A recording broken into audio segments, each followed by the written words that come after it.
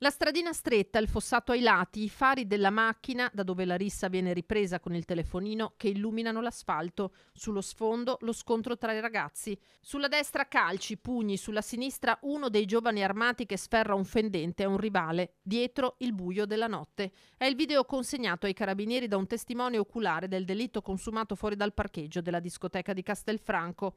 8 secondi che servono a cristallizzare la scena nella quale sabato notte viene ferito mortalmente Lorenzo Cristea e ridotto in fin di vita l'amico Alessandro Bortolami, forse il vero obiettivo della furia dei due italo-marocchini.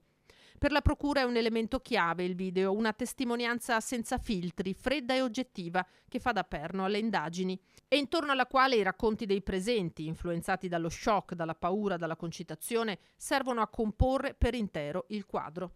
E a raccontare l'ulteriore escalation di violenza giovanile che colpisce la Marca, così la chiama il procuratore Marco Martani, parlando di giovani che ostentano un preoccupante senso di impunità, dice, e che ammazzano senza motivo un perfetto estraneo in quella che il capo della procura definisce una lotta per la supremazia. E se noi facciamo passare il messaggio a questi giovani che questo è un modello di accreditamento sociale, cioè le persone che hanno ucciso hanno potere, hanno controllo, possono essere leader all'interno di un contesto sociale, rischiamo l'emulazione. Dobbiamo iniziare a mettere molto chiaramente dei paletti, dei limiti. Così in diretta al Ring lo psicologo e psicoterapeuta Casteller, secondo il quale è ora di alzare i toni in tema di criminalità giovanile. Io penso, e lo dico alle istituzioni, che sia arrivato il momento di far vedere la presenza, non dico repressiva, ma di controllo del territorio. Ogni 15 giorni o c'è un'aggressione o c'è un omicidio in questo territorio. Bisogna iniziare ad urlare, ad alzare la voce.